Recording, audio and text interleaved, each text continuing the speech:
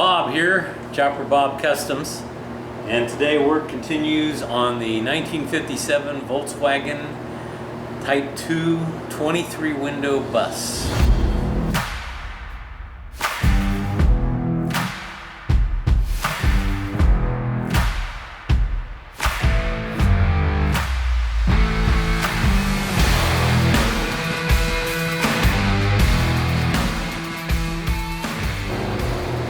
Barring anything unforeseen, the bus should be going home today. The only thing left to do on it, as far as I can tell, is to do the seam sealing. And so we're going to get that done this morning, and the owner's supposed to pick it up around noonish.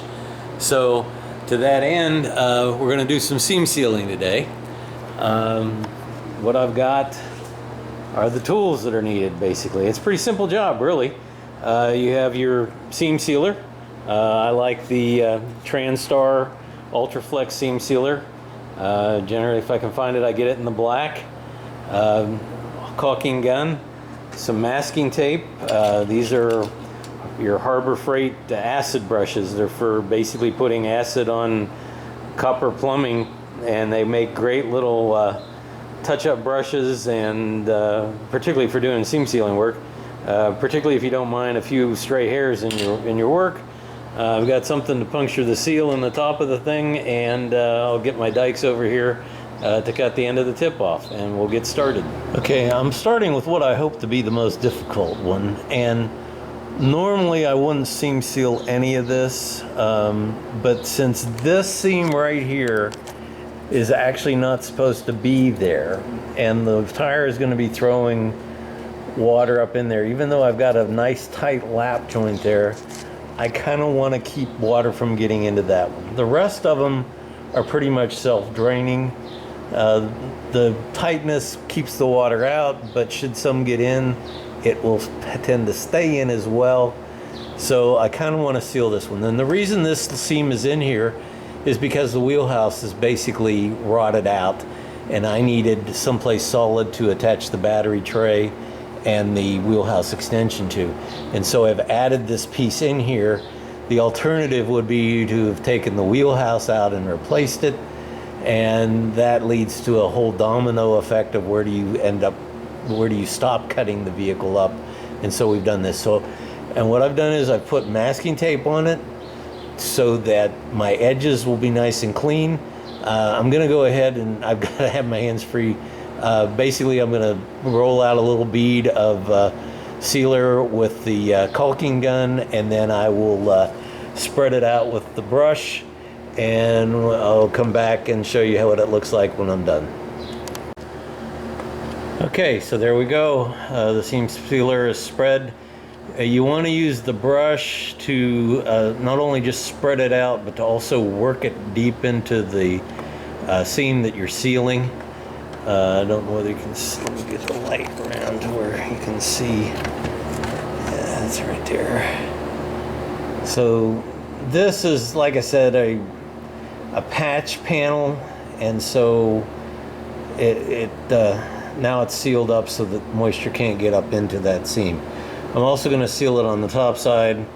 I normally want to seal both sides because you do want an escape for moisture that might collect. This does have a good coat of weld-through primer on it, and I'm sure that it's got leaks in lots of places for moisture to get out. So with that said, I'm going to go ahead and turn this off and get things resituated and go to the engine compartment. The first thing I'm going to do is get the tape laid out where I want it. That way I can work without the gloves. I do work with the gloves because you will find that this stuff is just one step below anti-seize when it comes to it has a mind of its own on where it's going to go. What's interesting is I don't think Volkswagen did seam seal it from the factory. The thing is, these are not factory joints, and so I want to do and particularly since the condition of this metal is pretty bad. I know there's like pits underneath the here that are going to be prone to leakage, and so I just kind of want to get it as good as I possibly can sealed up so we don't have an issue. And you don't have to use masking tape. You can just spread it around in there, but I kind of like the neater look that the sharp edges give it.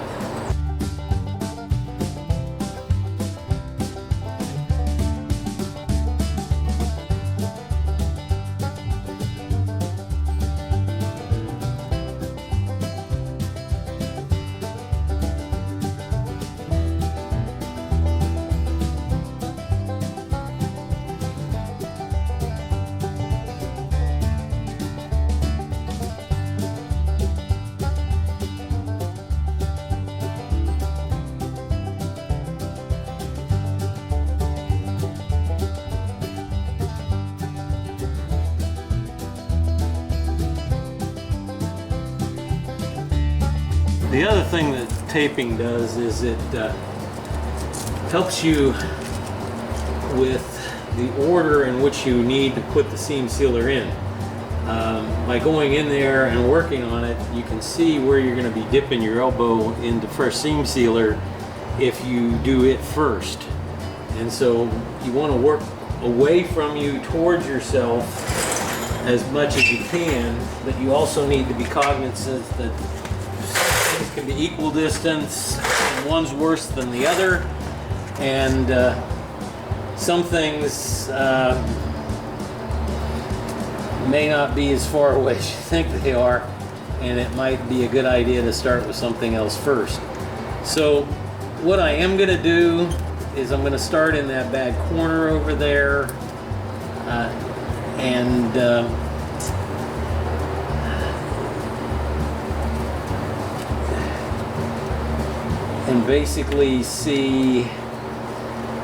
basically get that corner sealed up, because it's blind. I can't see what I'm doing. I'm basically just going to have to work it in with the brush and hope for the best, I guess. So we'll get in here.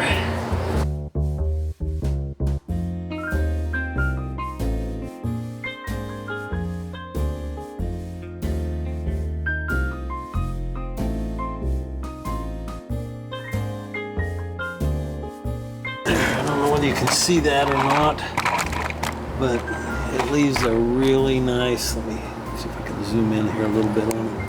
Yeah, there you can see it. So that's the butt joint between the original body and the repair panel.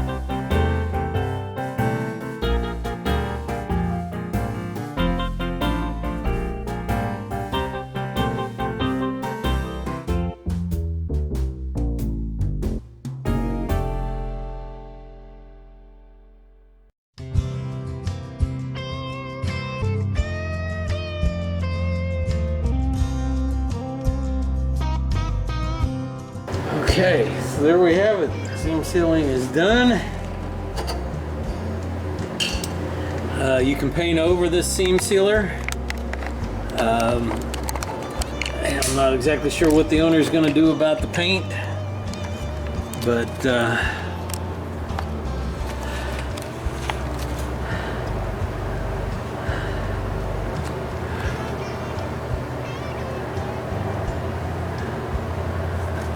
go.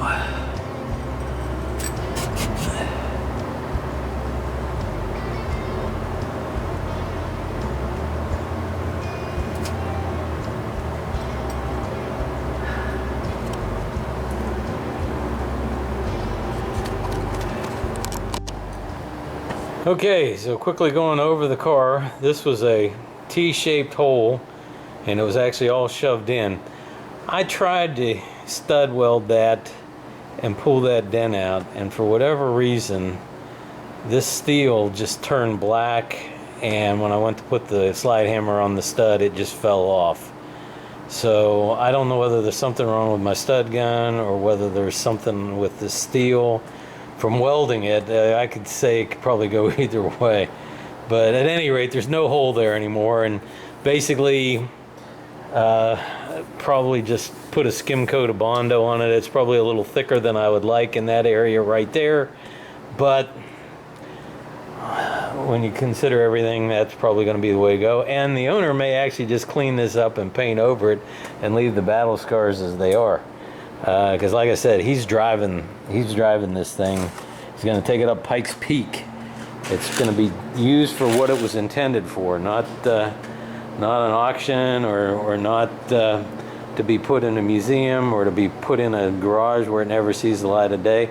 The one thing that he wanted was he wanted this bumper so that it wasn't mounted on it with springs, so the only movement, well, you get a little bit of movement because it's a pretty thin bumper, but really the torsion bars are what's making it move right now.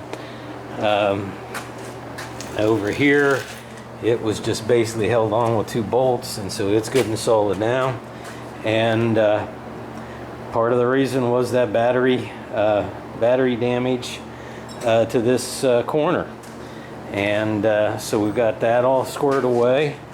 And to get a good attachment, I made that piece right there, and we've got it ready to I think he's got paint match to the original body color. I took it down to get a match to it. Pounded out some dents here in this corner. They're not perfect, but then again, that's not the goal here. The goal was to make it functional, a true 23 window, and it's got the 36 horsepower engine in it, and he is going to be driving it up Pikes Peak here in the near future.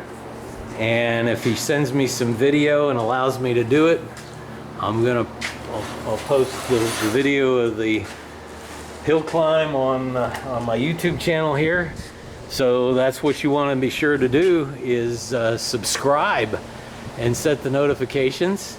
And if you like what you've seen here, now I don't know, I'm gonna have to edit a bunch of video on this thing. Not everything went as I had planned, but it's ready to go, and so he'll be coming here shortly to pick it up. And we've had fun working on it, and pretty pleased with the way it turned out, for all things considered. Anyway, so like I said, subscribe, set the notifications so you know when new stuff is coming up. This by far, I mean, it's rough, but these things are so rare and valuable that I was just really thrilled to be able to get an opportunity to work on it.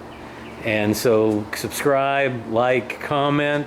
If you've seen anything that you know you could do better, let me know, because I'm always learning. I'm trying to help you guys with what I know, and but I want to learn from you guys as well. So let me know what you think.